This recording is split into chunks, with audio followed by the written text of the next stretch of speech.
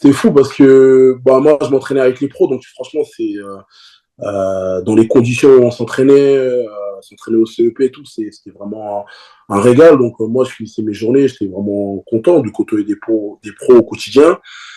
Et là, bah, je reçois un message de Franck Azema en me disant, bon, bah, Daniel, tu vas pas faire le shit work, entre guillemets, c'est-à-dire Ouais, le sale boulot. le sale boulot enfin, pour les joueurs qui, pour le moment, ne sont pas concernés. Tu vas venir à la mise en place.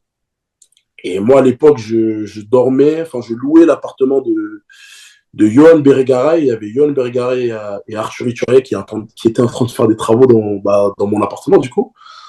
Et, et Arthur me dit, bah, ouais, bah, peut-être que tu vas jouer.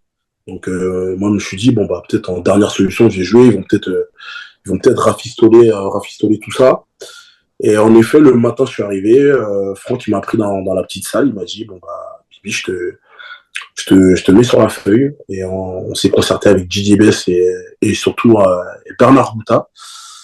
Et il m'a dit, bon, bah, on s'est concerté, on va te mettre sur la feuille. D'autant que le match, c'était un match en prime time, 21h. Ouais. Ça change des choses dans la préparation, ce que tu pouvais pas savoir encore à l'époque, puisque c'est ton premier match, mais la journée est longue, quoi.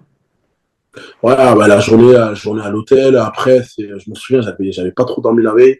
Je m'étais levé à 8 heures pour un rendez-vous à 15 heures 16 heures je crois. Donc, toute la journée, j'étais resté éveillé. Et en effet, ouais, c'était super long.